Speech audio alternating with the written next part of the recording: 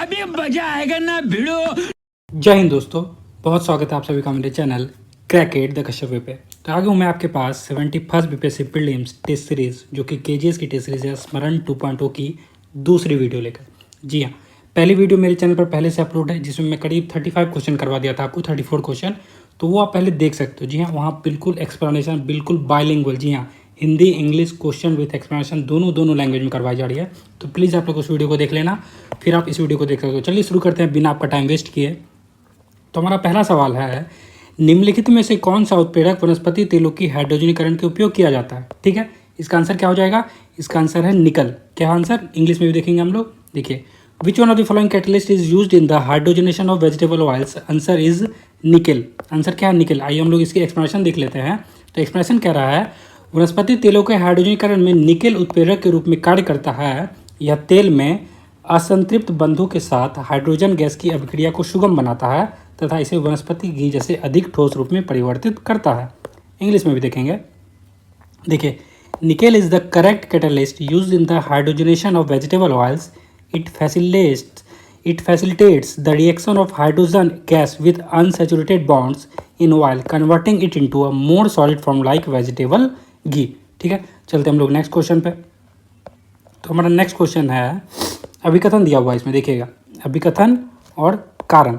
इसमें आंसर क्या, इसमें क्या करना है आपको? नीचे दिए गए कूट में सही उत्तर का चयन करना। हमारा पहला स्टेटमेंट कह रहा है, डॉली वेस्ट कोशिका से क्लोन किया गया पहला स्तनपायी था। ये बिल्कुल सही बात है।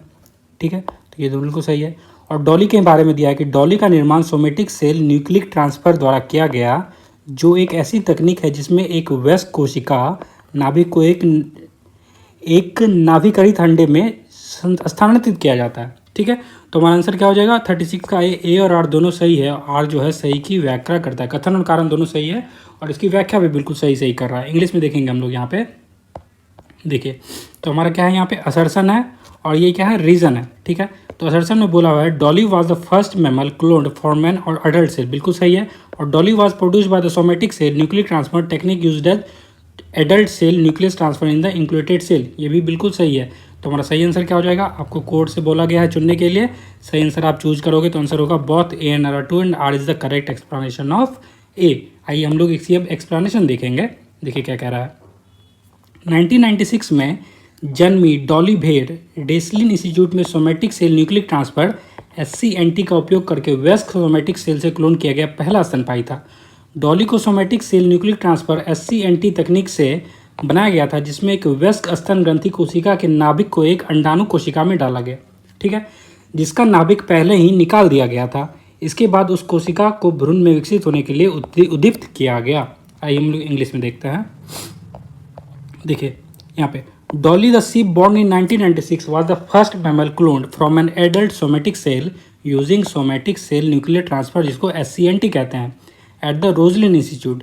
Dolly was created via SCNT, where the nucleus of an adult mammary gland cell was transformed into an egg cell with its nucleus removed, then stimulated to the develop into an embryo. तो उसके nucleus को remove करके दूसरे में डाल दिया गया और उसको एक एम्ब्रियो को डेवलप कर दिया गया। आइए हम लोग 37 का क्वेश्चन देखते हैं। देखिए 37 में क्या कर रहा है, वॉशिंग सोडा के अनुप्रयोग के संबंध में निम्नलिखित कथनों में से आपको कौन सा गलत है चूज करना। ठीक है, तो आपको कैसा ढूंढना है? गलत वाला आपको चूज करना है 37 का। देखिए इसमें क्या किया, नीचे दिए गए कूट का उपयोग करके सही उत्तर का चयन कीजिए। जो इसमें पहला है हमारा, इसका उपयोग कांच साबुन और कागज उद्योगों में किया जाता है, ये बिल्कुल सही बात है। ठीक है, इसमें तो किया जाता है। उसके बाद इसका उपयोग सोडियम यौगिकों के निर्माण में किया जाता है, ये भी सही है। ठीक है, किसके बारे में बात कर रहे हैं हम लोग? वॉशिंग सोडा के बारे में बात कर रहे हैं। और तीसरी चीज़ है, इसका उपयोग जल की स्थायी कठोरता को दूर करने में किया जाता है, ये भी सही है। तो हमारा सही आंसर क्या हो जाएगा? ऊपर में से कोई नहीं, कोई भी कथन गलत नहीं है, सब के सब सही हैं। आइए इंग्लिश में देखेंगे हम लोग 37 को। देखिए, which of the following statement is are incorrect. ठीक है, regarding the application of washing soda. तो क्या बोला गया था इसमें? आपको इनकरेक्ट वाला ढूंढना है। आपने ढूंढ लिया था, आंसर क्या था? It is used in glass soap and paper industries, बिल्कुल सही। It is used in the manufacture of sodium compound, बिल्कुल सही। It is used in the removing permanent hardness of water, ये भी सही है। आंसर क्या है आपका? तो select the code using the code given below. Answer को आपको कोड से चुनना था। आंसर आप क्या चूज करोगे? तो नन ऑफ द एबव। ठीक है, आप एक्सप्लेनेशन देखेंगे, पहले हिंदी फिर इंग्लिश में। देखिए यहाँ पे, वॉशिंग सोडा जो है Na2CO3 के उपयोग, सोडियम कार्बोनेट जो है वॉशिंग सोडा का उपयोग कांच, साबुन और कागज उद्योगों में किया जाता है। ठीक है, इसका उपयोग बोरेक्स, सोडियम सिलिकेट और सोडियम बाइकार्बोनेट जैसे सोडियम यौगिकों के निर्माण में किया जाता है। सोडियम कार्बोनेट का उपयोग घरेलू प्रयोजनों के लिए क्लीनिंग के एजेंट रूप में किया जाता है। ठीक है ना, इसका उपयोग पानी की स्थायी कठोरता को दूर करने के लिए भी किया जाता है। ठीक है, Na2 यहाँ पे CO3 होगा। ठीक है ना, Na2CO3 देखिए यहाँ पे छुटा हुआ, वहाँ पे यहाँ पे देखिए 37 का देखिए। तो use of washing soda Na2CO3 मैंने बताया था। तो sodium carbonate washing soda is used in glass, soap and paper industries, बिल्कुल सही। It is use in the manufacture of sodium compounds, ठीक है, such as borax, sodium silicate, sodium bicarbonate. ठीक है, sodium carbonate can be used as cleaning agent for domestic purpose. ठीक है ना, domestic purpose में इसका यूज़ करते हैं। It is use for removing permanent hardness of water, और इसका यूज़ क्यों किया जाता है, तो वाटर की जो परमानेंट हार्डनेस है उसको रिमूव करने के लिए। चलते हम लोग 38 पे देखिए। तो 38 में है, निम्नलिखित क्षार धातुओं को उनके गलनांक के बढ़ते क्रम में व्यवस्थित करना है आपको। ठीक है, आंसर क्या हो जाएगा हमारा आंसर हो जाएगा सी, सोडियम, पोटेशियम, सीजियम और लिथियम। क्या हो जाएगा, सोडियम, पोटेशियम, सीजियम और लिथियम। आइए हम लोग इंग्लिश वाला भी देख सकते हैं इसका। देखिए यहाँ पे, arrange the following alkali metal in increasing order of their melting point.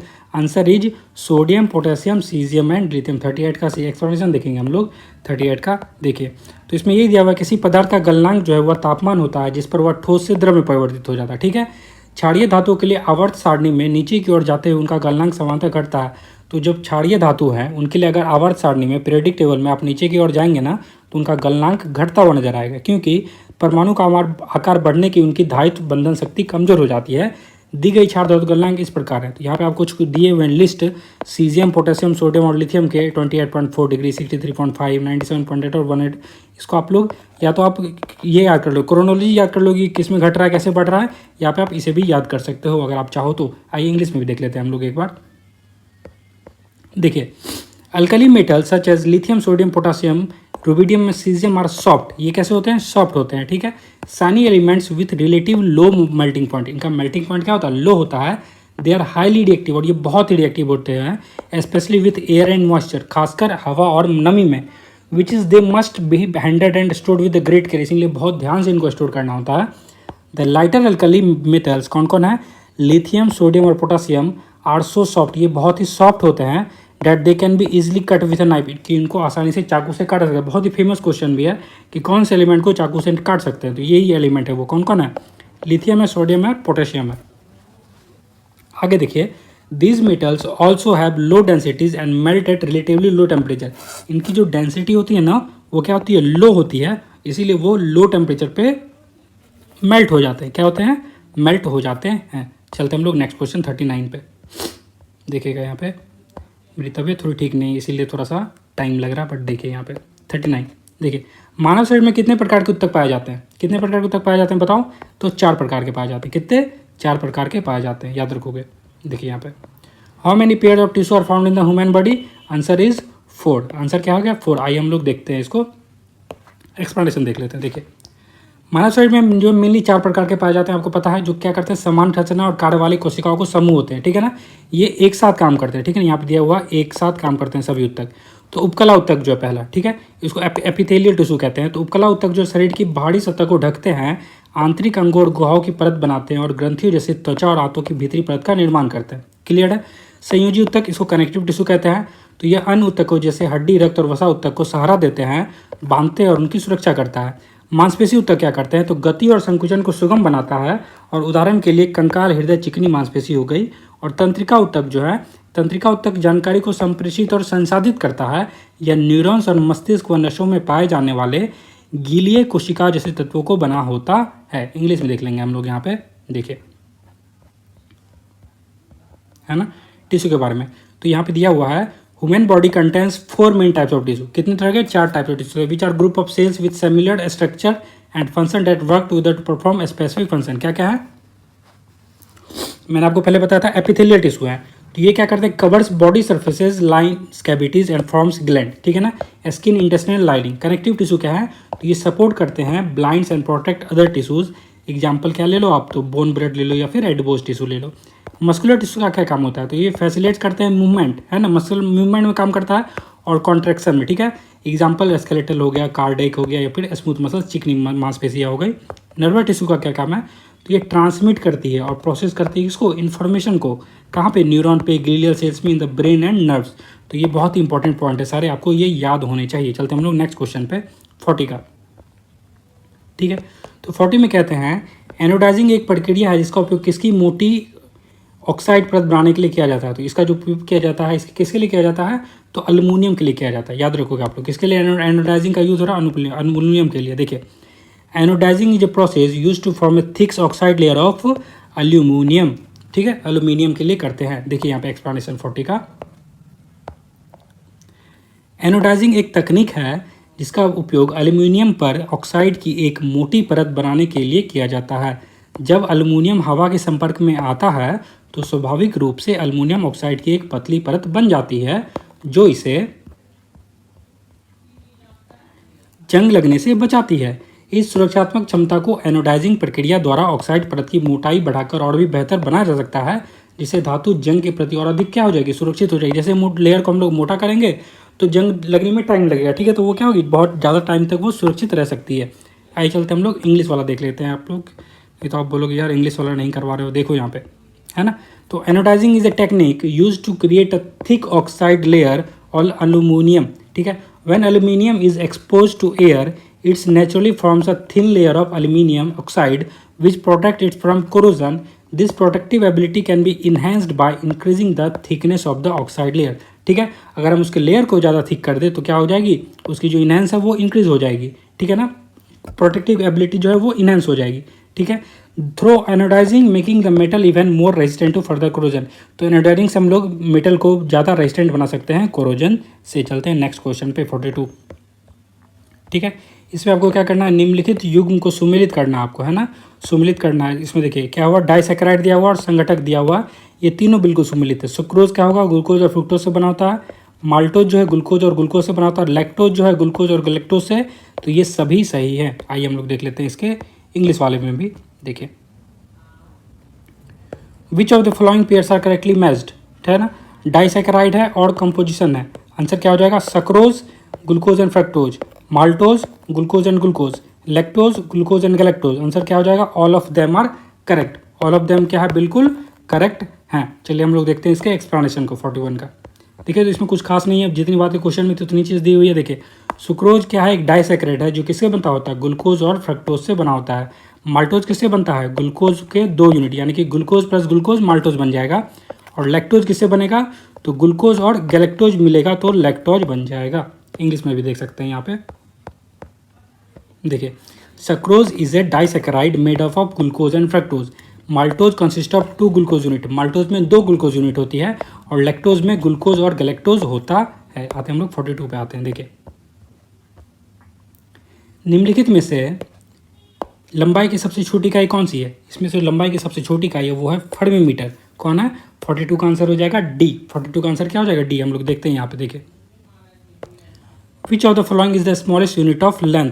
Answer is fermi metre. Answer क्या हो जाएगा, फर्मी मीटर। इसके एक्सप्लेनेशन देख लेते हैं हम लोग। देखिए, इसमें देखिए, नाभिकीय न्यूक्लियर डायमीटर जैसे अत्यंत सूक्ष्म माप के लिए फर्मी का उपयोग किया जाता है। लंबाई मापने के लिए एंगस्ट्रॉन, माइक्रोन और नैनोमीटर जैसी अन्य इकाइयों का भी उपयोग किया जाता है, लेकिन ये इकाइयाँ परमाणु मापन में प्रयुक्त होने वाली अत्यंत छोटी लंबाइयों के लिए उपयुक्त नहीं हैं। ठीक है, अब आपको ये याद करना होगा, एक फर्मी बराबर कितना मीटर होता है, एक माइक्रोन बराबर कितना मीटर होता है, एक नैनोमीटर और एक एंगस्ट्रॉन। इसमें जो इंपॉर्टेंट है, फर्मी इंपॉर्टेंट है, माइक्रोन, नैनो ज़्यादा आप ध्यान देना फर्मी और एंगस्ट्रॉन पे, है ना। तो देखिए, फर्मी क्या हो जाएगा, तो 1/10⁻15 मीटर, माइक्रोन 1/10⁻6 मीटर, नैनोमीटर कितना 1/10⁹। तो नैनो तो आपको ऐसे ही याद हो जाएगा, 9 से 9 याद कर लो। और एंगस्ट्रॉन जो है 1/10 मीटर आंसर होता है। ठीक है, इसे याद कर लोगे। इसे आपको ऐसे भी देखते ऊपर चला जाएगा 10⁻⁻15 हो जाएगा, है ना, इन्वर्सली होता है तो 10⁻6 हो जाएगा। तो ऐसे भी आप याद कर सकते हो। चलते हम लोग इंग्लिश वाले की तरफ। देखिए, When measuring nuclear diameter which are the incredibly small, Fermi is the appropriate unit। ठीक है ना, जो बहुत ही न्यूक्लियर डायमीटर जो है ना बहुत छोटे होता है, तो उसके लिए जो अप्रोप्रिएट यूनिट है वो क्या है, फर्मी है। क्या है, फर्मी है। Other units like angstrom, microns and nanometers are also used to measure length, but they are not as suited for the tiny length. ठीक है, तो 1 फर्मी बराबर 10 to the power minus 15 metre, 1 micron बराबर 10 to the power minus 6 metre, 1 nanometre बराबर 10 to the power minus 9 metre and 1 angstrom बराबर 10 to the power minus 10 metre. मैं तो इतनी बार रिपीट कर रहा हूँ कि आपको अभी याद हो जाना चाहिए. ठीक है, चलते हैं 43 पे. 43 में कहता है कान का कौन सा भाग ध्वनि कंपन को तंत्रिका आवेगों में परिवर्तित करता है. तो कान का कौन सा भाग है जो ध्वनि भाग कंपन को तंत्रिका आवेगों में वो ट्रांसफर करता है, परिवर्तित करता है. 43 का आंसर हो जाएगा सी, कॉक्लिया है. आंसर क्या है? कॉक्लिया. देखिए 43 का. Which part of the year convert sound vibration into nerve impulses. Answer is cochlea. ठीक है ना, देखिए यहाँ पे कॉक्लिया आंतरिक कान में स्थित एक कुंडली के आकार की तरल भारी संरचना होती है. इसमें बाल जैसी कोशिकाएं होती हैं जो ध्वनि कंपन को विद्युत संकेतों में बदल देती है. कान का पर्दा, ईयर ड्रम, जो इसको टेम्पनिक झिल्ली भी कहते हैं, मध्य कान में स्थित होता है. यह ध्वनि तरंगों के संपर्क में आकर कंपन करने लगता है और इन कंपन को छोटे अस्थियों ऑसिसल्स तक पहुंचाता है. ठीक है. पिन्ना का क्या काम है? तो ऑडिकल बाहरी कान का दिखाई देने वाला हिस्सा होता है. इसका काम ध्वनि तरंगों को प्राप्त कर उन्हें कान की नली की ओर निर्देशित करना होता है. ठीक है, समझ गए? आइए इंग्लिश में भी देख लेते हैं हम लोग 43 का. देखिए, cochlea is a spiral shaped fluid field structure of the inner ear. It contains hair cells that convert mechanical sound vibration into electrical signals, nerve impulses. These impulses are then sent to the brain by the auditory nerve for the interpretation. The eardrums, जिसको tympanic membrane कहते हैं, is in the middle ear. It vibrates its response to sound waves and transmits these vibrations to the ossicles, जिसको tiny bones भी कहते हैं. ठीक है. Pinna का क्या काम है? तो pinna is the visible part of the year. तो हमारे कान का जो आउटर ईयर का जो विजिबल पार्ट है ना, उसी को पिन्ना कहते हैं. इंग्लिश में ऑरिकल भी कहते हैं उसको. It collect and direct sound waves into the year. इसका एक ही काम है, क्या करना? साउंड को कलेक्ट करना और डायरेक्ट कर देना वेव्स के फॉर्म में ईयर के लिए. ठीक है, चलते हम लोग 44 के क्वेश्चन पे.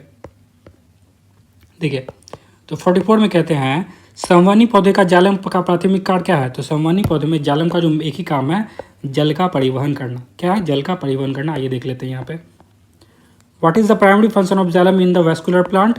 Answer is transportation of water. अब देखेंगे हम लोग इसकी एक्सप्लेनेशन को.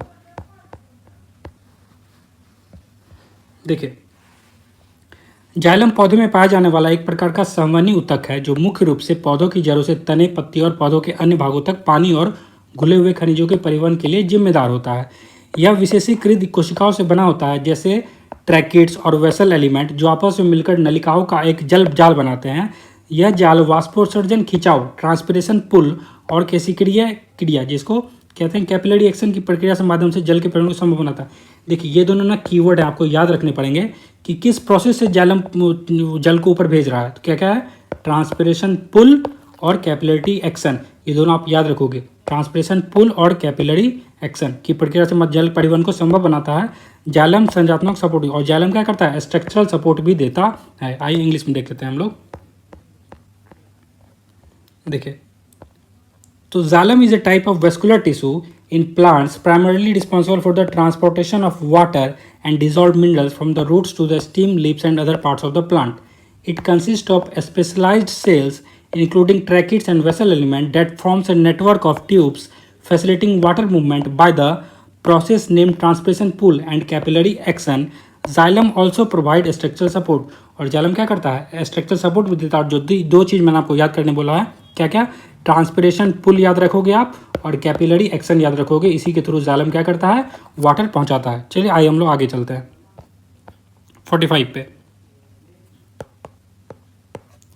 आधुनिक रसायन विज्ञान का जनक किसको कहते हैं? तो आंसर है एंटोनियो लेवेज़ियर को कहते हैं. ठीक है, आधुनिक रसायन विज्ञान का जनक किसे कहा जाता है? देखिए 44-45 का क्वेश्चन देख लेते हैं यहाँ पे हम लोग. देखिए, who is known as the father of modern chemistry? Answer is Antonio Lavoisier. देखिए, तो एंटोनियो लेवेज़ियर जो है, जिन्हें आधुनिक रसायन विज्ञान का जनक, फादर ऑफ मॉडर्न केमिस्ट्री माना जाता है, एक प्रसिद्ध फ्रांसीसी रसायनज्ञ थे. ये 18वीं शताब्दी की रासायनिक क्रांति से प्रमुख व्यक्ति थे. उन्होंने एक प्रयोगात्मक सिद्धांत विकसित किया जिससे ऑक्सीजन की रासायनिक क्रियाशीलता को समझाया जा सका और साथ ही रासायनिक यौगिकों के लिए आधुनिक नामकरण प्रणाली, जिसको हम लोग नॉमेनक्लेचर कहते हैं, कि विकास में भी महत्वपूर्ण भूमिका निभाई थी. इंग्लिश में भी देख लेंगे हम लोग एक बार. देखिए, तो एंटोनी लेवेज़ियर जो है, known as the father of modern chemistry, was a renowned French chemist and a key figure in the 18th century chemical revolution. He formulated an experimental theory explaining the chemical reactivity of oxygen and played a major role in developing a modern system for naming culture, जिसको nomenclature कहते हैं। चलते हम लोग next question पे। इसमें क्या करना आपको मिलाना है, देखिए सूची 1 को सूची 2 से आपको क्या करना है, सुमेलित करना है। ठीक है, यहाँ पे गुण तत्व दिए हुए हैं, नीचे दिए गए कूट के प्रयोग कर सही उत्तर का चयन करिए। आइए करते हैं हम लोग सही चयन। ठीक है, तो इसमें जो है उष्मा और विद्युत का सर्वोत्तम चालक कौन होगा। ठीक है, उष्मा और विद्युत का जो सर्वोत्तम चालक ये तो चांदी होगा। ठीक है, पृथ्वी की भूपट्टी पर सबसे अधिक मात्रा में क्या मिलता है, एल्युमिनियम मिलता है। सबसे अधिक लचीली धातु क्या है, सोना है। और सबसे न्यूनतम उष्मा करने वाला कौन है, तो ये सीसा है। ठीक है, याद हो गया। तो 46 का आंसर क्या हो जाएगा, 46 का आंसर हो जाएगा डी। याद रखोगे आप लोग, 46 का आंसर क्या हो जाएगा, डी। मैं एक बार आपको यहाँ पे फिर से बता देता हूँ लिख के। तो देखिए उष्मा और विद्युत का तो चांदी क्या होगा, चांदी के आगे ए हो जाएगा। पृथ्वी भूपट्टी पर सबसे अधिक पाया जाने वाला क्या है, एल्युमिनियम है, तो ये बी हो जाएगा। सबसे अधिक लचीली धातु कौन सी है, सोना होता है, तो आंसर सी हो जाएगा। और न्यूनतम उष्मा चरण करने वाली कौन है, ये तो डी है, सीसा। तो इसे आप याद रखोगे। चलते हम लोग इंग्लिश वाले की तरफ। देखिए तो क्या करना है, मैच करना है आपको लिस्ट 1 और लिस्ट 2 को। लिस्ट 1 दिया हुआ प्रॉपर्टीज़ है और एलिमेंट्स दिया हुआ। ठीक है, तो आपको देखिए यहाँ पे सेलेक्ट करना, select the correct answer using the codes given below. मैंने आपको बताया है best conductor of heat and electricity क्या हो जाएगा, आंसर सिल्वर है ना। उसके बाद metal found in highest amount का अल्मोनियम है। ठीक है, मोस्ट मेलेबल क्या है, गोल्ड है। और मिनिमम हीट कंडक्टिंग क्या है, लीड है। तो ये आप याद रखोगे। आंसर क्या हो जाएगा 46 का डी, 4312। चलते हम लोग नेक्स्ट क्वेश्चन पे, एक्सप्लेनेशन देख लेते हैं इसका। जा एक मिनट देख लीजिए, ये देखिए 46 का एक्सप्रेशन में कुछ खास है नहीं है ना, उतनी ही चीज़ें बताइए आपको कि सबसे जो विद्युत चालकता होती है किसकी, सिल्वर की अच्छी है। पृथ्वी की सतह पर सबसे ज़्यादा एल्युमिनियम में पाया जाएगा। और सोना क्या होता है, सबसे ज़्यादा अधात वर्धनीय धातु होता है। ठीक है, मेलेबल होता है। और चांदी, सोना और इसमें सबसे कम किस्म होती है सीसा की, जो उसमें चालकता सबसे कम होती है। इंग्लिश में भी वही चीज़ दिया हुआ है। आइए एक बार देख लेते हैं जल्दी से। देखिए सिल्वर का क्या होता है, हाईएस्ट इलेक्ट्रिकल कंडक्टिविटी होता है। एल्युमिनियम जो है मोस्ट अबंडेंट मेटल है अर्थ क्रस्ट पे। और गोल्ड जो है मेलेबल होता है बहुत ज़्यादा। ठीक है, और लीड जो है ये क्या होता है, लोएस्ट थर्मल कंडक्टिविटी होता है सीसा में। चलते हम लोग नेक्स्ट क्वेश्चन पे, क्रोमेटोग्राफी है ना। तो क्रोमेटोग्राफी तकनीक का प्रयोग किसके लिए किया जाता है। ठीक है, आपको 47 का आंसर देना है। क्रोमेटोग्राफी का तकनीक हम किसके, तो मिश्रण के घटकों को पृथक करने के लिए करते हैं। किसके, मिश्रण के घटकों को पृथक करने के लिए। 47 का आंसर क्या है, डी है आंसर। देखिए यहाँ पे what is the technique of chromatography used for, answer is separating the components of a mixture. यानी कि मिक्सचर के जो कंपोनेंट है उसको सेपरेट करने के लिए किया जाता है। आइए इसकी एक्सपांशन देख लेते हैं हम लोग। देखिए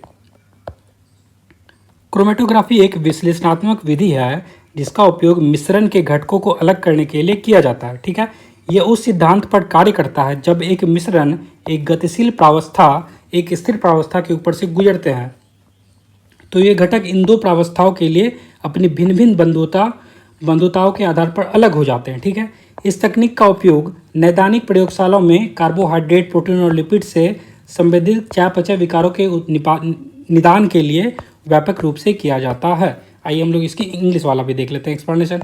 देखिए 47 का, तो chromatography is an analytical method used to separate the component of mixture. It works on the principle, किस सिद्धांत पे काम करता है। देखिए when a mixture and a mobile phase, यानी कि कोई मिक्सचर है और एक मोबाइल फेज है, यानी कि गति में कोई फेज है, और वेरी स्टेशनरी फेज और कोई स्थिर फेज है। तो components are separated based on their varying affinities. तो उस एफिनिटी जो वेरी कर रही है उसके हिसाब से वो क्या होते हैं, सेपरेट हो जाते हैं।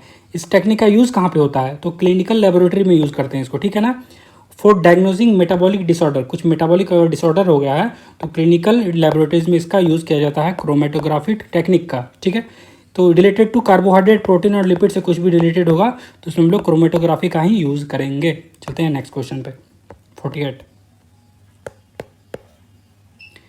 पादप उत्तकों के संबंध में निम्नलिखित में से कौन सा कथन सही है। ठीक है, तो पादप उत्तकों के संबंध में कौन सा कथन सही है ये पूछा जा रहा है ना। तो इसको बताने के लिए हम लोग देखिए बताते हैं आपको। ठीक है 48, तो देखिए 48 का आंसर क्या हो जाएगा, 48 का आंसर हो जाएगा सी। ठीक है ना, एक मिनट मेरा पैन नहीं चल रहा। हाँ 48 का आंसर क्या हो जाएगा, सी। कोलेनकाइमा एक जीवित उत्तक है जो पौधे के विभिन्न भागों को यांत्रिक सहायता और लचीलापन प्रदान करता है। तो 48 का आंसर क्या हो जाएगा, सी। आइए हम चलते हैं इसके इंग्लिश वाले पे भी।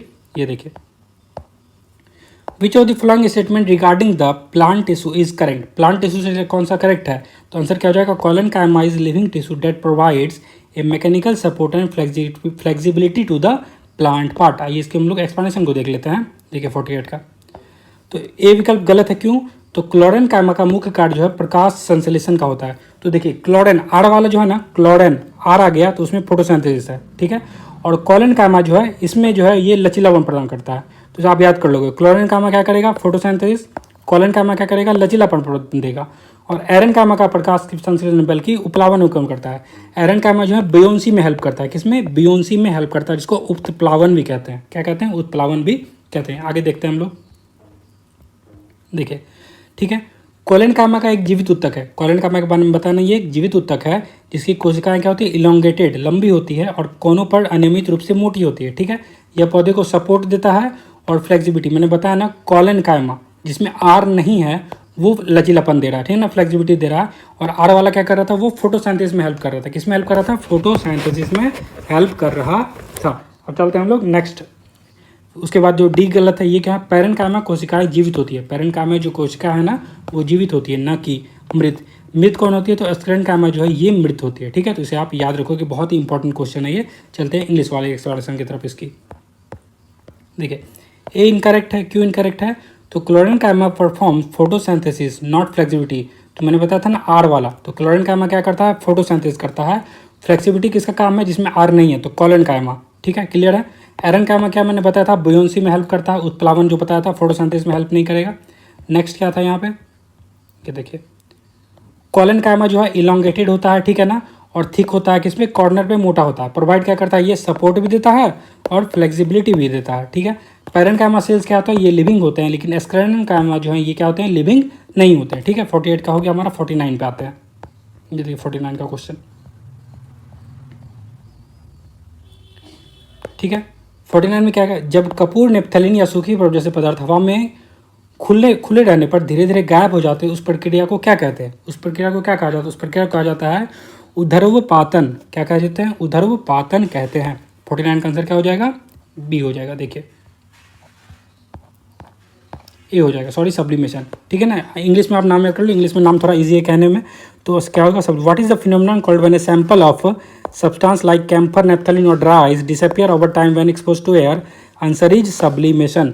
आंसर क्या है, सब्लिमेशन इसका आंसर है, ठीक है। आइए देखते हैं इसकी एक्सप्लेनेशन को। देखिए जब कपूर, नेप्थलीन या ड्राई आइस जैसी वस्तुएं हवा के संपर्क में आने पर बिना पिघले धीरे धीरे गायब हो जाती है तो इस घटना को सब्लिमेशन कहा जाता है। ऊर्ध्वपातन वह प्रक्रिया है जिसके द्वारा कोई पदार्थ द्रव अवस्था से गुजरे बिना सीधे ठोस अवस्था की गैसीय अवस्था में परिवर्तित हो जाता है। इंग्लिश में भी देखेंगे हम लोग। देखिए यहाँ पे, the phenomenon where substance like camphor, naphthalene और dry ice disappear over time when exposed to air is called sublimation. Sublimation is the process by which a substance change directly from the solid state to the gaseous, मतलब direct solid से gases में जा रहा है, liquid में नहीं जा रहा है, उसको क्या बोलेंगे, सब्लिमेशन बोलेंगे, without passing through the liquid state. चलते हैं 50 नंबर के क्वेश्चन पे, ठीक है। तो 50 नंबर क्वेश्चन क्या कह रहा है, अभिकथन है और कारण है, ठीक है। 50 का आंसर क्या है, अभिकथन और कारण है। देखिए तो इसमें जो सजातीय मिश्रण संरचना या संगठक में एक समान होते हैं, बिल्कुल सही बात है। विषम मिश्रण में अलग अलग पदार्थ होते हैं और उनकी संरचना एक समान नहीं होती है, ठीक है। तो इसमें देखिए इसका सही आंसर आपको जो चुनने के लिए कहा जा रहा है, इसका सही आंसर हो जाएगा बी। ए और आर दोनों सही तो है लेकिन जो सही स्पष्टीकरण नहीं दे रहा है, ठीक है। तो 50 का आंसर क्या हो जाएगा, बी। देख लीजिए यहाँ पे असर्शन दिया हुआ था हमारा और रीजन दिया हुआ था, ठीक है ना। तो असर्शन क्या है, बिल्कुल सही है। Homogeneous mixture are uniform in structure and composition. Heterogeneous mixture consist of distinct substance and do not have a uniform composition. ये दोनों सही है, तो सिलेक्ट द करेक्ट आंसर सही कर लिया हम लोग। आंसर क्या हो जाएगा इसका, बी। मैंने बताया कि both A and R true but R is not the correct explanation of A. अब एक्सप्लेनेशन देख लेते हैं हम लोग 51 का। देखिए सजातीय मिश्रण में पूरे पदार्थ में एक ही संरचना होती है। उदाहरण के लिए जब नमक को पानी में घोला जाता है तो यह समान रूप से वितरित होता है जिसे एक सजातीय मिश्रण बनाता है, ठीक है। विषमांगी मिश्रण में क्या होता है, ऐसे घटक होते हैं जो समान रूप से विस्तृत नहीं होते हैं, उन्हें आसानी से देखा जा सकता है। उदाहरण के लिए सलाद एक विषमांगी मिश्रण है क्योंकि इसमें अलग अलग तत्व जैसे लेट्यूस, टमाटर और गाजर अलग अलग रहते हैं। इंग्लिश में भी देख लेंगे हम लोग। देखिए homogeneous mixtures have a uniform composition, ठीक है। Through out, for example salt dissolve in water forms a homogeneous mixture eight salt spreads evenly in the solution. Heterogeneous mixture में क्या होता है फिर, तो इसमें जो नॉन यूनिफॉर्म कंपोजिशन होता है, यूनिफॉर्म कंपोजिशन नहीं होता है with a clearly visible components. For example a salad is a heterogeneous mixture because its ingredient like lettuce, tomatoes and carrots remain separated. चलते हम लोग 51 पे। अब देखिए फिर क्या है, कथन और कारण वाला क्वेश्चन है। तो कथन और कारण आ गया, तो क्या कह रहा है कथन हमारा 51 का, तो सूरजमुखी के तेल को अच्छी गुणवत्ता वाला खाद्य तेल माना जाता है। बिल्कुल सही बात है। इसमें असंतृप्त वसीय अम्ल अधिक मात्रा में होते हैं, ये भी बिल्कुल सही आंसर। क्या होगा, सही उत्तर का चयन कीजिए। तो ए और आर दोनों सही है और आर ए का सही स्पष्टीकरण की व्याख्या भी है। 51 का आंसर क्या हो जाएगा, ए। आइए इसको भी हम लोग सॉल्व कर देते हैं यहाँ पे। ठीक है, ये असर्शन हो गया हमारा, ये रीजन हो गया। तो sunflower oil is rated as a good quality edible oil, बिल्कुल सही है। और it contain high quantities of unsaturated fatty acid, ये भी बिल्कुल सही है। ठीक है, तो सेलेक्ट द करेक्ट आंसर अगर हम लोग करेंगे तो आंसर क्या हो जाएगा, ए हो जाएगा। Both A and R true and R is the correct explanation of A. चलते हैं इसके एक्सप्लेनेशन के पास हम लोग। ये देखिए, तो सूरजमुखी के तेल को एक अच्छी गुणवत्ता वाला खाद्य तेल माना जाता है क्योंकि इसमें असंतृप्त वसीय अम्ल की बहुत अधिक मात्रा होती है जो हृदय से संबंधित बीमारियों को जोखिम को कम करता है। सूरजमुखी का तेल मुख्य रूप से लिनोलिक एसिड और ओलिक एसिड, बहुत इंपॉर्टेंट है ये, याद रखिएगा। सूरजमुखी का तेल कैसा, लिनोलिक एसिड और ओलिक एसिड से बना होता है। असंतृप्त वसा आमतौर पर संतृप्त वसा की तुलना में अधिक, देखिए असंतृप्त और संतृप्त, इसमें आप कंफ्यूज नहीं होना है। असंतृप्त में और लगा हुआ है ना, तो और में क्या है, ये अधिक अच्छा है, अधिक स्वस्थ है। ठीक है, संतृप्त वाला स्वस्थ नहीं होता है, स्वास्थ्य हमारे स्वास्थ्य के लिए लाभदायक नहीं होता है। तो और वाला याद रखोगे, अधिक अच्छा। ठीक है, तो असंतृप्त वसा और संतृप्त वसा की तुलना में अधिक स्वास्थ्यवर्धक होती है। असंतृप्त वसा देखिए, सूरजमुखी का तेल, जैतून का तेल, नट्स और बीजों में पाया जाता है। अब देखिए कुछ यहाँ पे कैरेक्टराइज दिया हुआ है, कैरेक्टरिस्टिक्स दिया हुआ है कि कमरे के तापमान पर तरल होता है। ठीक है, खराब एलडीएल कोलेस्ट्रॉल को कम करने में मदद करता है। ठीक है, ये असंतृप्त वसा का उदाहरण है। ठीक है, हृदय के स्वास्थ्य के लिए अच्छा होता है। तो असंतृप्त क्या है, मैंने बताया ना, और क्या है, अधिक अच्छा। संतृप्त उतना अच्छा नहीं होता, जैसे मक्खन, घी, लाल मांस आदि में पाया जाता है। कमरे के तापमान पर नहीं, ये सॉलिड हो जाएगा। ठीक है ना, ठोस हो जाएगा। एलडीएल कोलेस्ट्रॉल को बढ़ा सकता है और एलडीएल क्या हमारे लिए बहुत ही हार्मफुल है। ठीक है ना, और हृदय रोग के उच्च जोखिम को संबंधित करता है, ये भी बिल्कुल ठीक है। तो ये भी हार्मफुल है हमारे लिए। तो आंसर क्या हो जाएगा, असंतृप्त वसा हमारे लिए ज़्यादा अच्छा है। इंग्लिश में भी देख लेते हैं हम लोग। देखिए तो यहाँ पे दिया हुआ है, sunflower oil is rated as a good quality edible oil as it contains very high quantities of unsaturated fatty acid which reduce the risk of disease related to the heart. Sunflower oil is mainly composed of linoleic acid, मैंने बताया ये important point है, और oleic acid याद रखेंगे आप लोग। और unsaturated fats are generally healthier than saturated fat. तो आप बताओ कि दोनों में से कौन सा फैट अच्छा होता है, अनसैचुरेटेड अच्छा कि सैचुरेटेड अच्छा। मैंने बताया ना यू वाला, तो ये ज़्यादा अच्छा है। Unsaturated fat found in sunflower oil, olive oil and nuts and seeds. अब देखिए ये क्या होता है, तो लिक्विड एट रूम टेम्परेचर होता है, help in lower LDL, LDL को कम करने में मदद करता है। ठीक है, लो डेंसिटी कोलेस्ट्रॉल कहते हैं इसको इंग्लिश में, फुल फॉर्म है इसका। सपोर्ट करता है हार्ट हेल्थ को। और सैचुरेटेड फैट क्या है, ये हार्मफुल है, किसमें पाया जाता है, बटर, घी, रेड मीट इसमें। ये क्या सॉलिड हो जाएगा रूम टेम्परेचर पे, रेज करता है एलडीएल कोलेस्ट्रॉल को जो कि हार्मफुल है हमारे लिए, और हाई रिस्क हो जाता है इसमें हार्ट डिजीज का भी। चलते हैं हम लोग नेक्स्ट क्वेश्चन 52 पे। देखिए आंसर है, मानव मस्तिष्क का कौन सा भाग मुख्य रूप से शरीर के तापमान और जन संतुलन जैसे सहित होम्योस्टेसिस को बनाए रखने के लिए उत्तरदायी है। आंसर क्या हो जाएगा, हाइपोथैलेमस। आंसर क्या है, हाइपोथैलेमस है। आई 52 को देखते हैं हम लोग इंग्लिश में। Which part of the human brain is primarily responsible for maintaining homeostasis including body temperature and water balance. Answer is hypothalamus. 52 का आंसर क्या है, डी है। आइए इसके एक्सप्लेनेशन देख लेते हैं हम लोग। देखिए तो हाइपोथैलेमस अग्र मस्तिष्क फ्रंट ब्रेन में रहता है, एक हिस्सा है जो शरीर के आंतरिक नियामक के रूप में कार्य करता है। ठीक है, यह शरीर के तापमान, प्यास, भूख, नींद और पिट्यूटरी ग्रंथि से हार्मोन की रिहाई को नियंत्रित करते होम्योस्टेसिस को बनाए रखने के लिए महत्वपूर्ण भूमिका निभाता है। यह शरीर के संकेत प्राप्त करता है और तंत्रिका या अंतःस्रावी ग्रंथ को सक्रिय करने की प्रतिक्रिया करता है। ठीक है, अब इंग्लिश वाला देखेंगे हम लोग। देखिए इंग्लिश वाला देखिए, तो hypothalamus is the part of fourth brain, मैंने बताया ना फ्रंट ब्रेन का पार्ट है ये, that act as a body's integral regulator. It plays a key role in maintaining homeostasis by controlling body temperature, thirst, hunger, sleep and release of hormone for the pituitary gland. ठीक है, it receive signal from the body and respond by the activating nervous and endocrine system. ये signal जैसे ही लेता है उसके बाद करता है एक्टिवेट कर देता है नर्वस और इंडोक्राइन सिस्टम को। ठीक है, कौन करता है, हाइपोथैलेमस कर रहा है ये काम। आइए चलते हैं 53 पे। ठीक है। तो इसमें पूछा गया आपसे निम्नलिखित में से कौन सा रासायनिक परिवर्तन का एक उदाहरण है। आंसर क्या हो जाएगा, दूध का खट्टा हो जाना। ठीक है, 53 का हम लोग फिर से देख लेते हैं यहाँ पे इंग्लिश में। ठीक है, तो which of the following is an example of chemical change. Answer is milk turning sour. आइए इसकी हम लोग एक्सप्लेनेशन देख लेंगे जल्दी से। तो यहाँ पे कह रहे हैं कि रासायनिक परिवर्तन में मूल पदार्थ की तुलना में नए पदार्थ के गुण और कण पूरी तरह से भिन्न हो जाते हैं और कणों की संख्या में भी बदलाव आ सकता है। ऐसे परिवर्तन पूरी तरह नए पदार्थ उत्पन्न करते हैं। हालांकि कुछ रासायनिक अभिक्रियाएं प्रतिवर्ती भी हो सकती हैं। उदाहरण के तौर पर दूध का खट्टा होना एक रासायनिक परिवर्तन है। इंग्लिश में देखेंगे अब हम लोग 53 का, ये देखिए। तो in a chemical change the resulting substance have different properties particles compared to the original matter and the number of particles may also change. This change create entirely new substances, though some chemical reaction can be reversed. For example, milk turning a sour is a chemical change. चलते हम लोग next question 54 पे। अब देखिए मानव kidney के बारे में दिया हुआ, ठीक है ना। तो मानव किडनी के कार्य प्रणाली के बारे में निम्नलिखित करना पर आपको क्या करना है, विचार करना है। ठीक है ना, आपको विचार करना है 54 पे। देखिए तो इसमें जो दिया हुआ है, किडनी द्वारा अपशिष्ट को बाहर निकालने के बाद शुद्ध रक्त वृक्क धमनी के माध्यम से शरीर में वापस ले जाया जाता है। ये बिल्कुल सही है। बोमन कैप्सूल से निस्पंदन वृक्क नलिकाओं से होकर गुजरता है, जहां अधिकांश ग्लूकोज रक्त में पुनः अवशोषित हो जाता है। ये भी सही है। लेकिन ये जो दिया हुआ हमारा कि वृक्क धमनी अपशिष्ट युक्त रक्त को किडनी से बाहर ले जाते हैं, ये गलत है। ये वृक्क धमनी नहीं करती है। ठीक है ना, तो इसमें हमारा सही आंसर क्या हो जाएगा, ये हो जाएगा बी। चलते हम लोग इंग्लिश वाले की तरफ। देखिए consider the following statement regarding the functioning of human kidneys. Answer मैंने बताया कि after waste it is remove from the kidney the filter blood is return through the renal vein. ये बिल्कुल सही है। From Bowman's capsule the filtrate passes through renal tubules where most glucose is reabsorbed into blood. ये भी बिल्कुल सही है। लेकिन ये जो दिया हुआ हमारा रेनल आर्टरी के बारे में, ये बिल्कुल गलत है। ठीक है, तो हमारा आंसर क्या हो जाएगा, बी, यानी कि 1 और 2। आंसर क्या हमारा B. Which of the following is given statement correct. Answer is correct is 1 और 2। आइए हम लोग एक्सप्लेनेशन देख लेंगे तो बहुत चीज़ें क्लियर हो जाएंगी। देखिए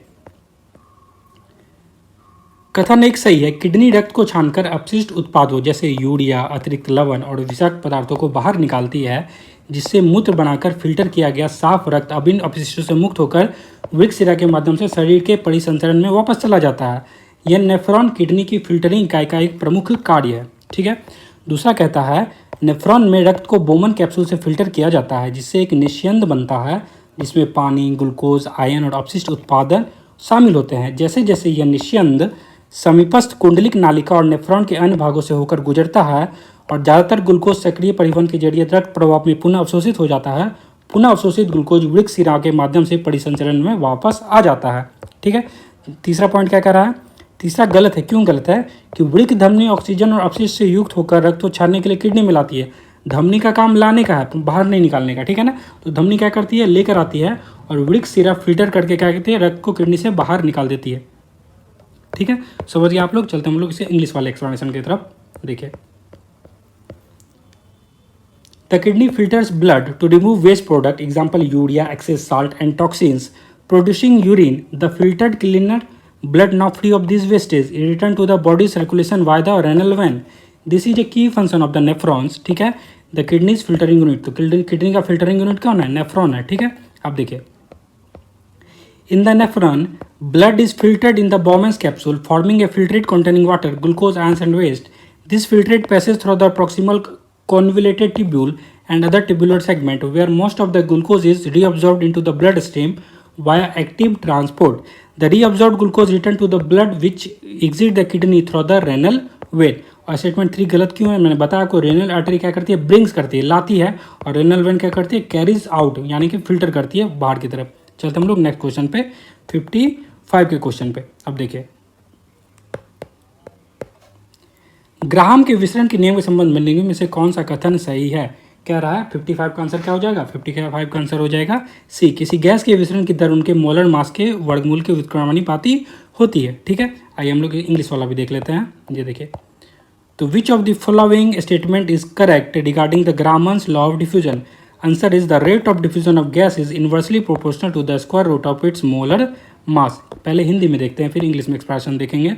देखिए ग्राहम का नियम एक प्रयोगात्मक रूप से देखा गया संबंध है जो बताता है कि जिस दर पर दो गैसों का प्रसार होता है ना, या निकलती है उसका मोलर द्रव्यमान के वर्गमूल के व्युत्क्रमणिक होती है, इन्वर्सली प्रोपोर्शनल होता है। यह नियम इस सिद्धांत पर आधारित है कि ये एक ही तापमान पर सभी गैसों की औसत गति ऊर्जा समान होती है। बहुत ही इंपॉर्टेंट पॉइंट है ये, ठीक है ना। इस लाइन को याद रखेंगे आप लोग कि एक ही तापमान पर सभी गैसों की गतिज ऊर्जा क्या होती है, समान होती है, ठीक है। गतिज आणविक सिद्धांत के अनुसार केल्विन में तापमान सीधे गैसों की कणों की औसत गति ऊर्जा के समानुपाती होती है। चलते हम लोग इंग्लिश वाले की तरफ। देखिए यहाँ पे Graham's law is an empirical relationship that states the ratio of rate of diffusion on effusion of two, या तो diffusion हो या तो effusion हो, is the square root of the inverse ratio of their molar mass. The relationship is based on the postulate that, यहाँ पे जो point important है याद करने के लिए मैंने आपको बताया क्या इंपॉर्टेंट है, all gases at same temperature have the same average kinetic energy. इसको याद रखिएगा, ठीक है ना, same average kinetic energy. Recall that a result of the kinetic theory of gas that temperature in degree Kelvin is directly proportional to the average kinetic energy of the molecules. चलते हैं next question पे हमारे 56। इसमें पूछा जा रहा है निम्नलिखित में से कौन सी संरचना लसील तंत्र का हिस्सा नहीं है। जो हिस्सा नहीं है वो आपको बताना है, ठीक है। आंसर क्या हो जाएगा आपका, किडनी। किडनी जो है ये हिस्सा नहीं है, ठीक है ना। किडनी हिस्सा नहीं है तो कौन इसका कौन कौन हिस्सा कौन कौन हो गया लसीका तंत्र का, ये याद कर लीजिए। प्लीहा हिस्सा है, थाइमस हिस्सा है, टॉन्सिल भी हिस्सा है। आइए हम लोग इंग्लिश वाला भी देख लेते हैं। ये देखिए, which of the following structure is not a part of the lymphatic system. Answer क्या हो जाएगा इसका, किडनी जो है लिम्फेटिक सिस्टम का पार्ट नहीं है, तो ये तो नहीं होगा। मतलब आपसे नहीं वाला ही पूछा है ना, नॉट, तो आपका तो आंसर किडनी है। लेकिन आपको याद कर लोगे क्या क्या है पार्ट, स्प्लीन, थाइमस, टॉन्सिल। क्या पता आपसे एग्जाम पूछे कि लिम्फेटिक सिस्टम कौन कौन सा पार्ट है, तो आपको याद रखना चाहिए कि स्प्लीन पार्ट है, थाइमस है और टॉन्सिल पार्ट है। चलिए हम लोग एक्सप्लेनेशन देखते हैं 56 का। देखिए, तो लसिका तंत्र प्रतिरक्षा और परिसंचरण प्रणाली का एक हिस्सा है। इसमें ऐसी संरचनाएं शामिल हैं जो शरीर के संक्रमणों से बचाने के लिए फ्लूइड संतुलन को बनाए रखने और लसिका श्वेत रक्त कोशिकाओं, जिसको बोलते हैं ना व्हाइट ब्लड सेल का एक तरल पदार्थ के परिवहन में मदद करती है, ठीक है। संरचनाएं जो लसिका प्रणाली का हिस्सा है, तो प्लीहा क्या करती है, प्लीहा का क्या काम है, ये रक्त को फिल्टर करता है और पुरानी लाल रक्त कोशिकाओं को हटाता है और संक्रमण से लड़ने में क्या करता है, हमारी मदद करता है। थाइमस क्या करता है, वह स्थान है जहाँ पर टी कोशिका, जिसको टी लिम्फोसाइट भी कहते हैं, का एक प्रकार परिपक्व होता है, ठीक है।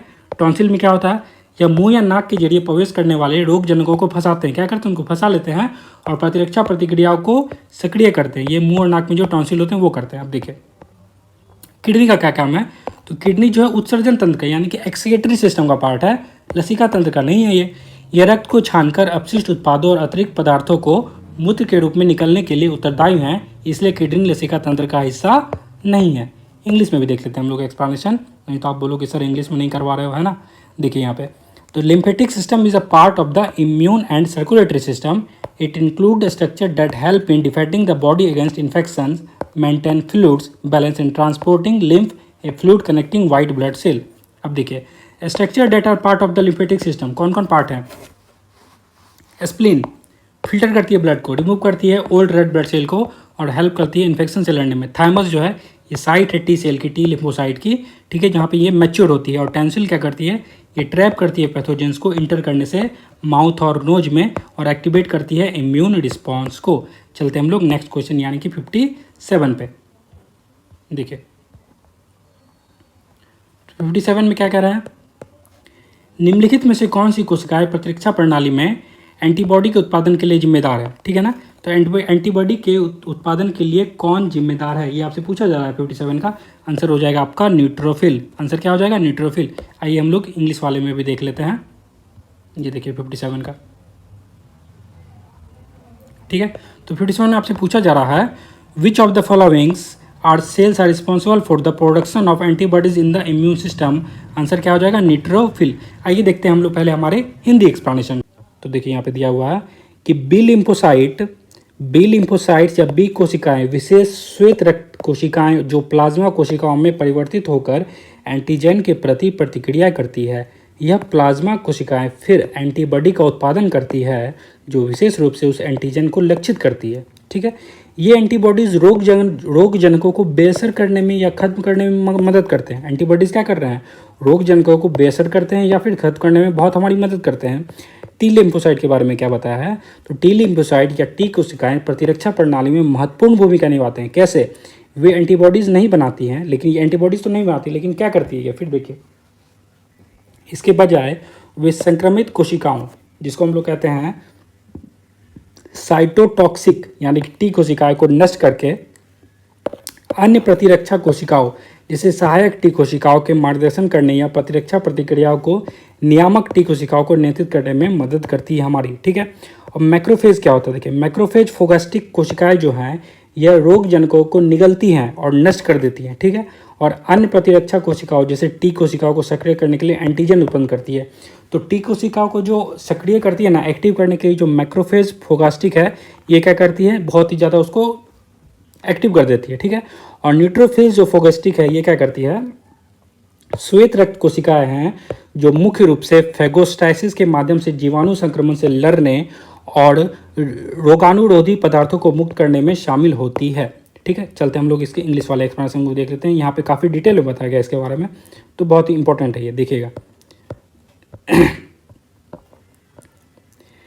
बी लिम्फोसाइट, देखिए बी लिम्फोसाइट या फिर B cells are specialized white cells that upon encountering an antigen differentiate into plasma cells which secrete antibodies specific to the antigen, ठीक है। दीज एंटीबॉडीज हेल्प न्यूट्रलाइज और एलिमिनेट पैथोजन। एंटीबॉडीज क्या करती है, neutralise या कर देती है या फिर एलिमिनेट कर देती है पैथोजेंस को। टी लिम्फोसाइट, इसको टी सेल्स भी बोलते हैं, are critical in the immune system, बहुत ही क्रिटिकल है किसमें, इम्यून सिस्टम में। But they do not produce antibodies, लेकिन एंटीबॉडीज प्रोड्यूस नहीं करते। Instant they have role such as killing infected cell, infected cell जैसे साइटोटॉक्सिक टी सेल्स, उसको खत्म करना इनका काम है। कोऑर्डिनेटिंग करना इम्यून रिस्पॉन्स को, ये इनका काम है। हेल्प करना टी सेल को, रेगुलेट करना इम्यूनिटी को, ये भी इनका काम है। मैक्रोफेज क्या होते हैं और फैगोसाइटिक सेल क्या होते हैं, तो मैक्रोफेज और phagocytic cells that engulf and destroy pathogens, ये क्या करते हैं, तो पैथोजन को इनगल्फ करते हैं और डिस्ट्रॉइंग कर देते हैं, ठीक है। और कहता है and present antigens to activate other immune cells, और क्या करते हैं, एंटीजन प्रोड्यूस करते हैं ताकि हम लोग अदर इम्यून सेल को भी वो कर सके, ठीक है ना, खत्म कर सके, एक्टिवेट कर सके। न्यूट्रोफिल्स क्या करता है, neutrophils are phagocytic white blood cells primarily involve in fighting bacterial infections through phagocytosis and releasing anti microbial substance, और क्या करते हैं, एंटी माइक्रोबियल सब्सटेंस को रिलीज करते हैं, ठीक है। बहुत इंपॉर्टेंट ये था पॉइंट पूरा। चलते हम लोग नेक्स्ट क्वेश्चन पे 58 पे, एक मिनट, हाँ 58 पे आते हैं। देखिए यहाँ पे तो 58 में यहाँ पे दिया हुआ है, किसी नमूने में विशिष्ट एंटीजन या एंटीबॉडी की उपस्थिति का पता लगाने के लिए आमतौर पर किस तकनीक का उपयोग किया जाता है, ठीक है। तो 58 का आंसर क्या हो जाएगा, ये तकनीक है एलिजा परीक्षण। क्या नाम है इसका, एलिजा परीक्षण नाम है इसका। क्या नाम है, एलिजा परीक्षण। देखिए यहाँ पे Which technique is commonly used to detect the presence of a specific antigens or antibody in a sample? Answer is ELISA test. Answer क्या है, एलिजा टेस्ट। आइए हम लोग जानते हैं एलिजा टेस्ट के बारे में। देखिए यहाँ पे एंजाइम लिंक्ड इम्यूनोसॉर्बेंट एजे, जिसको क्या कहते हैं, असे, जिसको एलिजा कहते हैं, एक संवेदनशील विधि है जिसका उपयोग नमूने में विशिष्ट एंटीजन या एंटीबॉडी का पता लगाने के लिए किया जाता है। यह एंजाइम लिंक्ड एंटीबॉडीज़ का उपयोग करके काम करता है, ठीक है। जो लक्ष्य यानी कि एंटीजन और एंटीबॉडी जो हो गया इसके जुड़ते हैं, जिसे रंग परिवर्तन होता है, जिसे सबस्ट्रेट के माध्यम से मापा जा सकता है। एलिजा का उपयोग आमतौर पर HIV जैसी बीमारियों के निदान या गर्भावस्था का पता लगाने, HCG हार्मोन के माध्यम से और विभिन्न संक्रामक रोग की पहचान करने के लिए किया जाता है। इंग्लिश में भी देख लेंगे हम लोग 58 का। देखिए यहाँ पे तो एंजाइम लिंक्ड इम्यूनोसॉर्बेंट एजे कहते हैं, इसका फुल फॉर्म याद रखिएगा, बहुत इंपॉर्टेंट है एलिजा का। Enzyme linked immunosorbent AJ is a highly sensitive technique. क्या है ये, बहुत ही सेंसिटिव टेक्निक है। that detects a specific antigen or antibodies in a sample. It uses enzyme-linked antibodies that bind to target antigen or antibody, producing a measurable color change. क्या करते हैं ना, colour change हो जाती है इससे। Why a substance as the readout. ELISA is widely used for diagnosing. क्या diagnose करता है ये, तो HIV को डिटेक्ट करता है, ठीक है ना। प्रेगनेंसी को डिटेक्ट करता है, कैसे करता है, तो HCG हार्मोन से करता है, और आइडेंटिफाई करता है इन्फेक्शियस डिजीज को भी। चलते हैं हम लोग 59 के क्वेश्चन पे। देखिए 59 में क्या कह रहा है हमारा, कथन है, कारण है। तो कथन एक है कि नींद के दौरान तेज रोशनी अवांछनीय होती है। नींद के दौरान जो तेज रोशनी है ये क्या है, अवांछनीय होती है, बिल्कुल सही है, ठीक है। तेज रोशनी रेटिना में रेडोप्सिन की गतिविधि को बढ़ाती है, ये भी बिल्कुल सही है, ठीक है। ठीक है। तो इसका आंसर हो जाएगा, ये दोनों सही है लेकिन क्या कर रहे हैं ना, व्याख्या नहीं कर रहे कि अवांछनीय है तो बढ़ा देते, ये नहीं होगा इसका, ठीक है। आंसर क्या हो जाएगा, बी होगा। दोनों सही है लेकिन सही व्याख्या नहीं कर रहा, ठीक है। तो सही उत्तर का चयन कर लिया हमने। आंसर क्या हमारा 59 का बी है। इंग्लिश में भी देख लेंगे हम लोग। देखिए असर्शन, यहाँ पे देख लिया हमने असर्शन और रीजन। तो क्या है, during sleep bright light is undetectable, ये बिल्कुल सही है। Bright light enhance the activity of rhodopsin in retina, ये भी बिल्कुल सही है। हमारा सही आंसर क्या कर रहा है, सेलेक्ट द करेक्ट आंसर। अगर हमको बोले तो हम मानेंगे both A and B are correct but R is not the correct explanation of A. 59 का आंसर हो गया बी। हम लोग एक्सप्लेनेशन देख लेंगे 59 का। तो देखिए, नींद के दौरान तेज रोशनी रेटिना से सुप्राचियासेमेटिक न्यूक्लियस, क्या नाम है यार, देखो सुप्राचियासेमेटिक न्यूक्लियस एससीएन का सिग्नल भेजकर मेलेटोनिन उत्पादन को कम करती है जो स्कैर्डियन लय को बिगाड़ता है। मैं एक बात कहूँगा ना, आप लोग जब साइंस पढ़ रहे हो तो आप लोग ज़्यादातर ध्यान इंग्लिश में वाले वर्ड पे भी देना, क्योंकि क्या होता है ना, एग्जाम में इंग्लिश वर्ड ही डाल देते हैं मेन वर्ड का, ठीक है ना। तो मुझे नहीं लगता मतलब इस तरह के वर्ड आपको जल्दी याद होंगे, ठीक है। आगे चलते हैं। सिग्नल भेजकर मेलेटोनिन उत्पादन को कम करती है और स्कैर्डियन लय को बिगाड़ता है और नींद की गुणवत्ता को कम करता है, ठीक है। रॉड कोशिकाओं में पाए जाने वाला रोडोप्सिन प्रकाश द्वारा सक्रिय होता है और कम रोशनी में देखने में मदद करता है, लेकिन यह मेलेटोनिन या नींद को प्रभावित नहीं करता है। देखने में रोडोप्सिन की भूमिका एससीएन पीनियल ग्रंथि या नींद के चक्रों को प्रभावित नहीं करती है, ठीक है। इंग्लिश में देख लेंगे हम लोग, यहाँ पे देखें। Bright light during sleep suppress and melatonin produce via signals. देखिए ब्राइट लाइट में क्या होता है, मेलेटोनिन सप्रेस हो जाता है, ठीक है, from the retina to the suprachiasmatic nucleus, ठीक है ना। यहाँ पे देखिए suprachiasmatic nucleus disturbing circadian rhythm, ठीक है ना। तो सिरकाडियन रिदम जो है, मतलब सोने का जो है, इसे क्या होता है, स्लीप क्वालिटी खराब होने लगती है हमारी। While rhodopsin in rod cells activate by light plays a key role in vision under low light. और रोडोप्सिन क्या करती है, वो एक्टिवेट हो जाती है लाइट में, ठीक है ना। तो और विजन का वो क्लियर करने लगती है। It is unrelated to the melatonin regulation और sleep physiology. Rhodopsin function is photo reception. Rhodopsin का कैसा फंक्शन है, फोटो, क्योंकि फोटो मतलब लाइट क्या आती है, एक्टिव हो जाती है।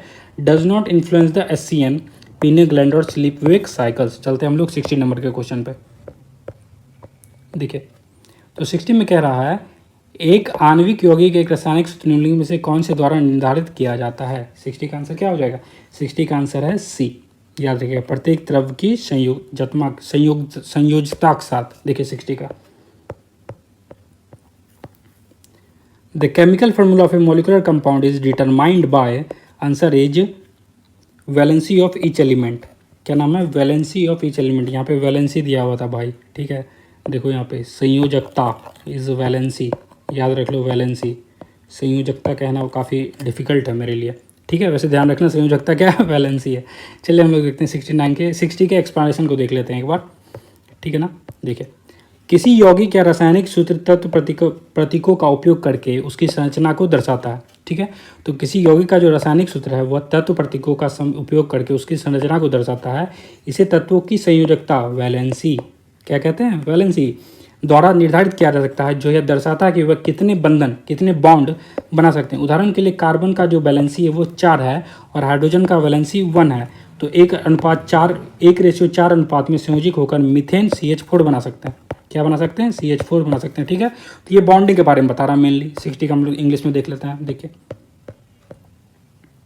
तो chemical formula of a compound represent its composition using symbols.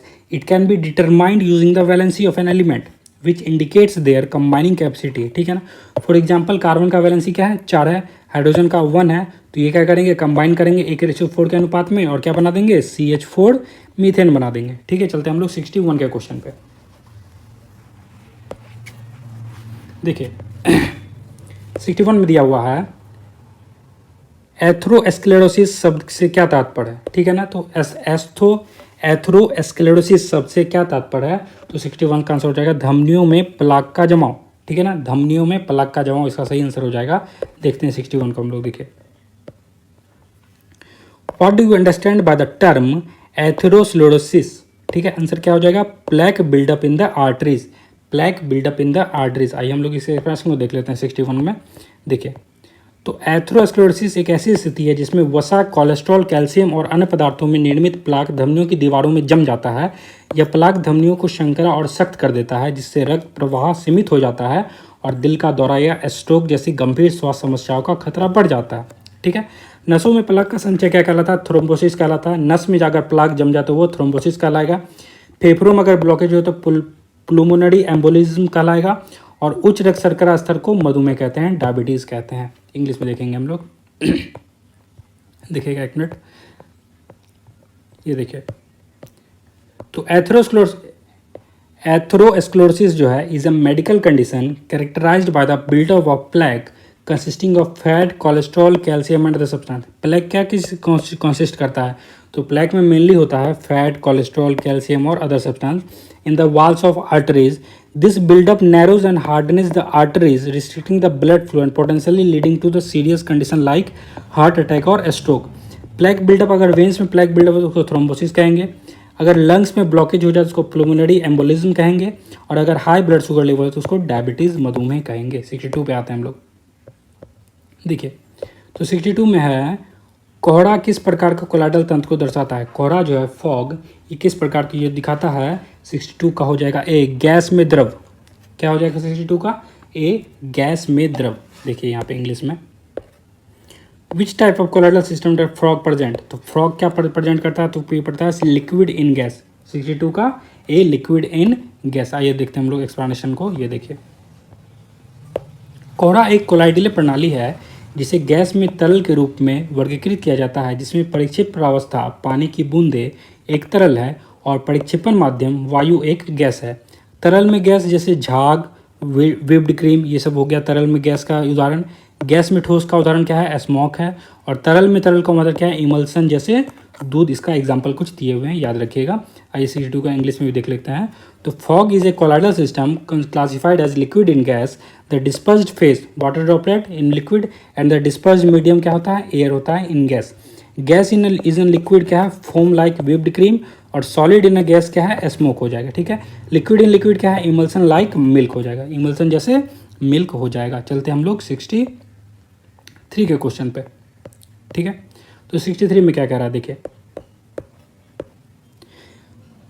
वृक्षों में वार्षिक वृद्धि वलीय एनुअल ग्रोथ रिंग के वैज्ञानिक अध्ययन के क्या कहा जाता है? ठीक है।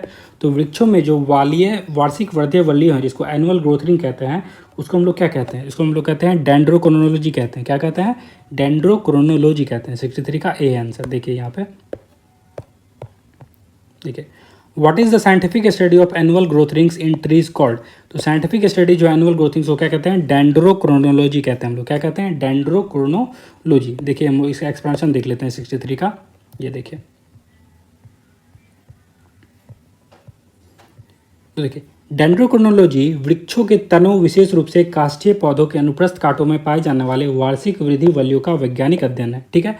यह वलय इसलिए बनते हैं क्योंकि वृक्ष की वृद्धि हर मौसम में अलग अलग होती है। इससे हमें ये एक बात पता चलती है कि वृक्ष कितना पुराना है। ठीक है।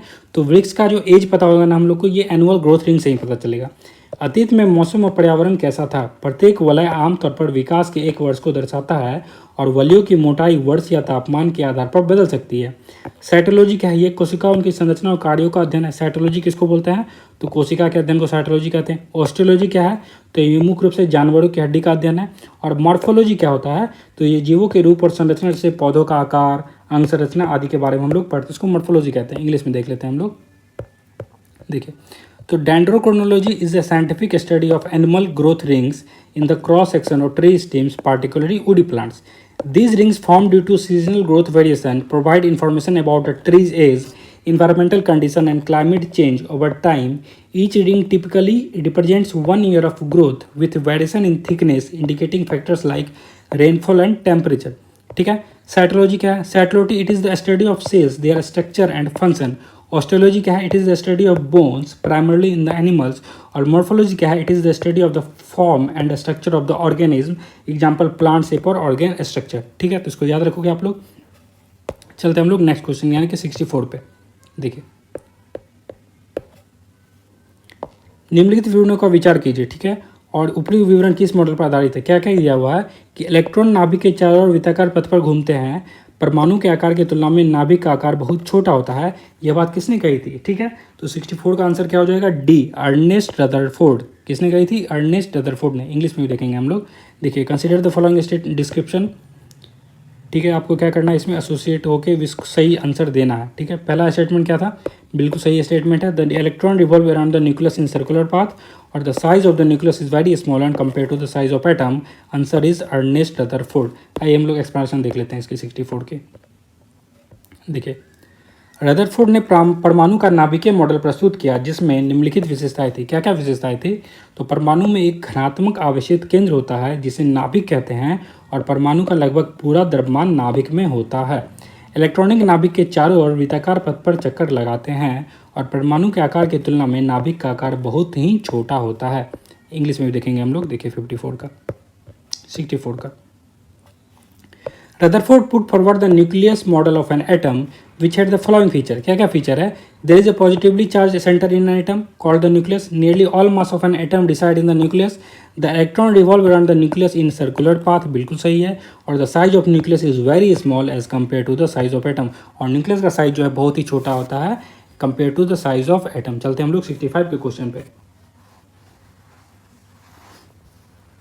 देखिए 65 का क्या करना है आपको? इसको फिर से आपको सूची 1 और सूची 2 को सुमेलित करना है। ठीक है ना? देखिए यहाँ पे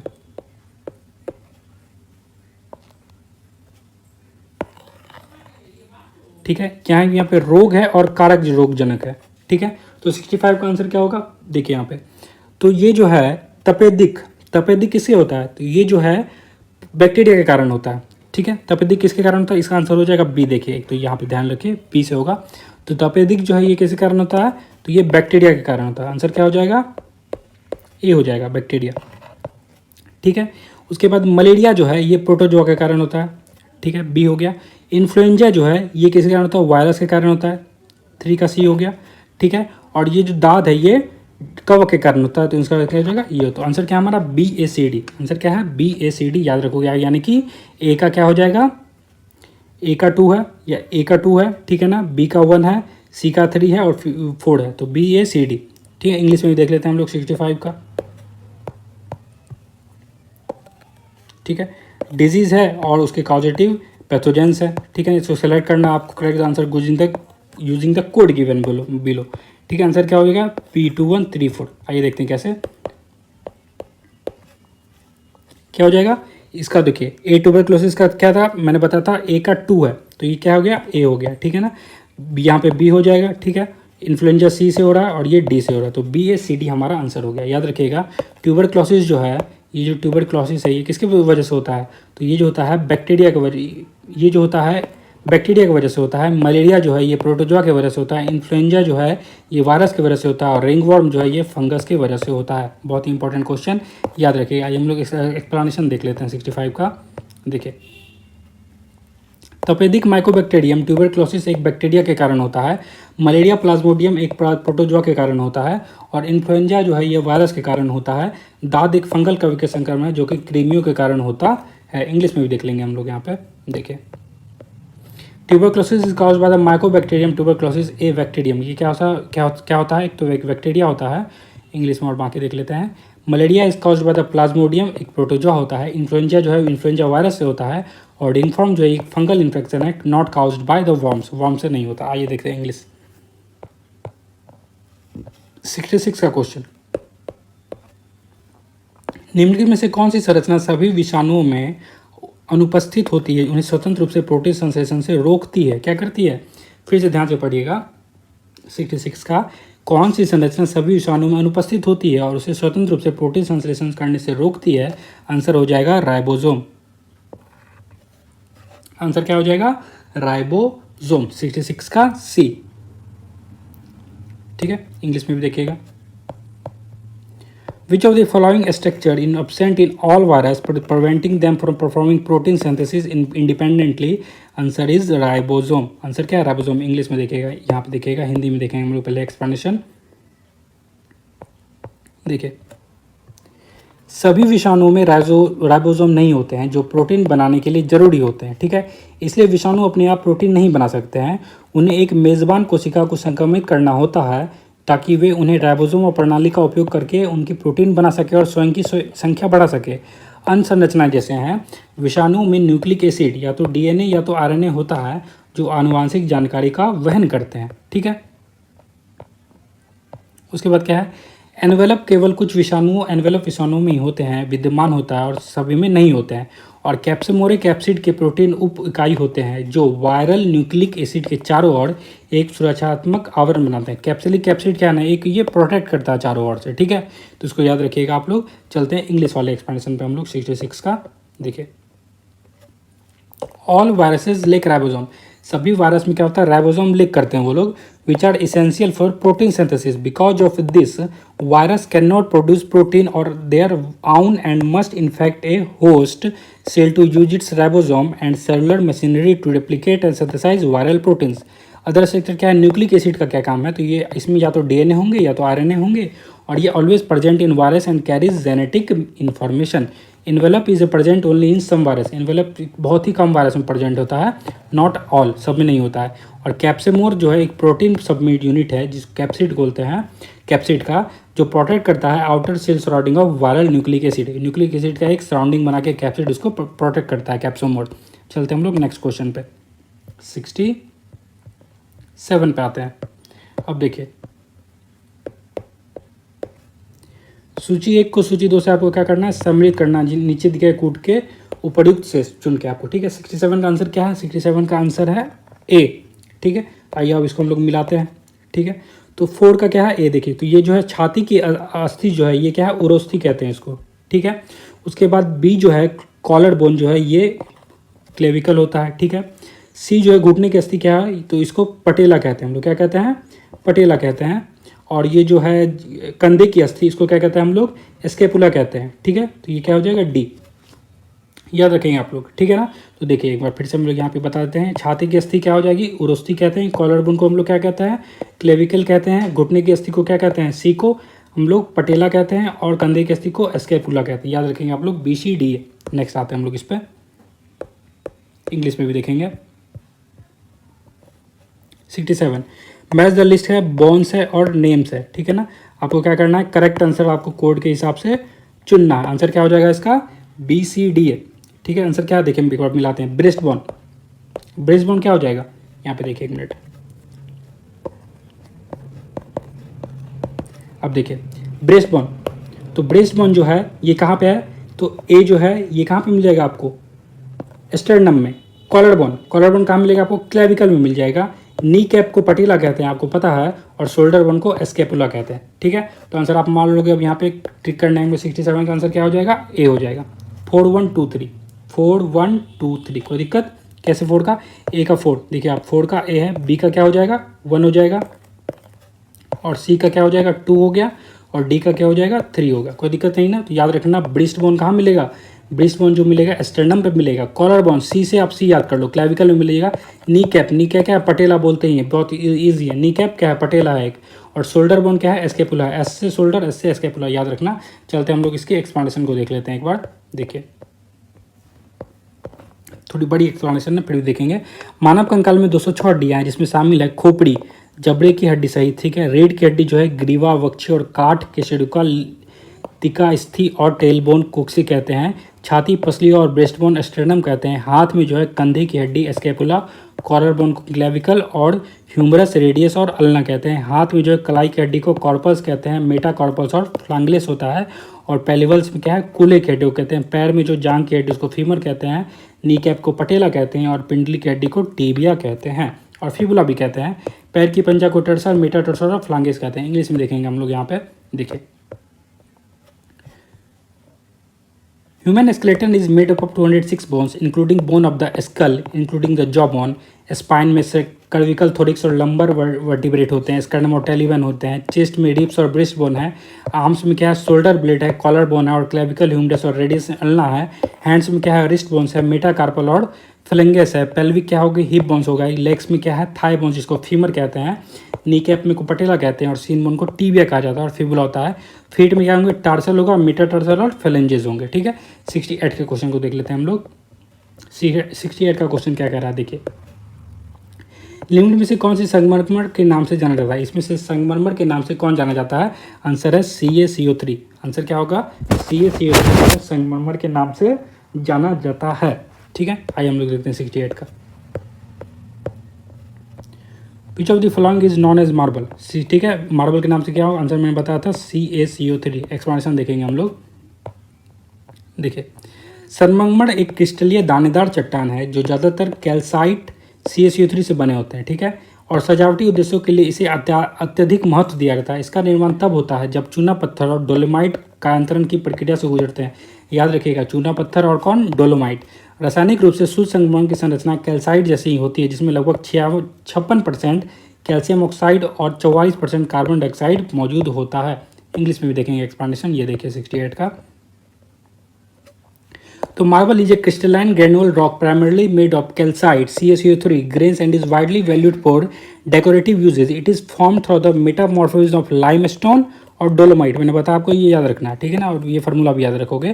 chemically pure marble has the same composition as the calcite containing approximately 56% calcium oxide CaO1, 44% carbon dioxide CO2। तो ये हो गया हमारा 68। आते हैं हम लोग 69 के क्वेश्चन पे।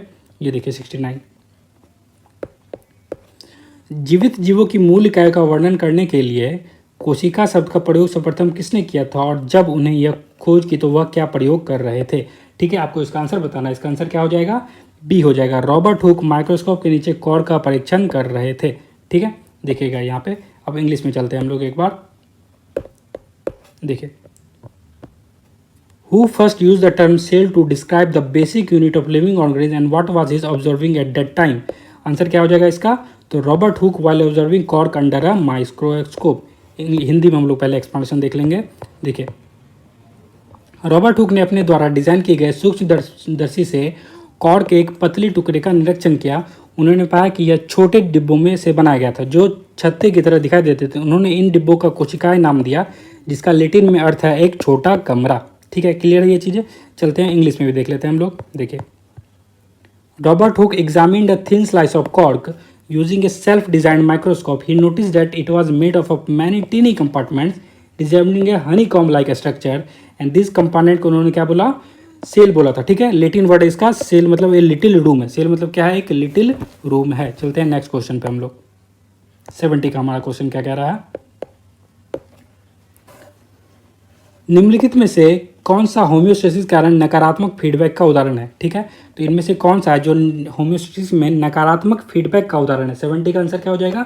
70 का आंसर है C, उच्च रक्त शर्करा की प्रक्रिया में इंसुलिन का स्राव। ठीक है, हिंदी इंग्लिश में देख लेते हैं हम लोग। ये देखिए यहाँ पे, विच of the following is an example of negative feedback in homeostasis? तो होम्योस्टेसिस में जो नेगेटिव फीडबैक है उसका एग्जाम्पल क्या है? तो 70 का आंसर क्या है? मतलब मैंने C बताया, secretion of insulin in response of high blood glucose. आइए हम लोग इसी एक्सप्लेनेशन देख लेते हैं हिंदी में। देखिए, नकारात्मक फीडबैक एक नियामक प्रक्रिया है जो स्थिर बनाए रखने के लिए परिवर्तनों का प्रतिकार करती है, उन्हें कम करती है, और जो रक्त में ग्लूकोज के स्तर को बढ़ाता है, जो अग्नाशय और ग्लूकोज के स्तर को सामान्य करने के लिए इंसुलिन का स्राव करता है, जो नकारात्मक फीडबैक को दर्शाता है। ठीक है, 70 का हम लोग इंग्लिश में भी देख लेते हैं। देख लीजिए, यहाँ पे इतनी एक्सप्रेशन दी हुई है। 70 पे आते हैं हम लोग। इंग्लिश वाला देख लेते हैं एक बार। ये रहा। ठीक है, तो negative feedback is a control mechanism that reduces और oppose the change to restore balance. ठीक है, when blood glucose level rise the pancreas secretes insulin which lower glucose level back to normal, and example of a negative feedback regulation. ठीक है, तो ये थी हमारा आज का वीडियो। आज मैंने करीब 70 क्वेश्चन तक हमने कंप्लीट कर लिया। टोटल 150 क्वेश्चन है। तो अगले 2 वीडियो में मैं और ये टोटल 150 क्वेश्चन कवर दूंगा। ये दोनों वीडियो अगले 2 दिन में आ जाएंगे। तो टोटल 4 दिन में आपकी एक टेस्ट सीरीज कंप्लीट कर दूंगा। यानी कि अगली टेस्ट सीरीज आने से पहले आपकी पहली टेस्ट सीरीज पूरी कंप्लीट हो जाएगी। और ये मैंने बायलिंगुअल कर रहा हूँ, है ना, पूरी कंप्लीट हिंदी इंग्लिश दोनों के साथ साथ। तो अगर आपको ये वीडियो पसंद आया हो तो एक कमेंट जरूर करिएगा। ठीक है, कि आपको ये वीडियो कैसा लगा। लाइक करिएगा मेरे चैनल को, सब्सक्राइब करिएगा इस चैनल को, और शेयर करिएगा अपने दोनों दोस्तों के साथ। यहाँ पे टेस्ट सीरीज बिल्कुल फ्रीली आपके लिए करवाई जा रही है। तो बहुत बहुत धन्यवाद इस वीडियो को देखने के लिए। सब्सक्राइब करिए मेरे चैनल को। Thank you so much. मेरा ये चैनल सब्सक्राइब करें और मेरे हर अपडेट आपको मिले, इसके लिए बेल आइकन जरूर दबाइएगा। आप सभी को मेरी ढेर सारी शुभकामनाएं।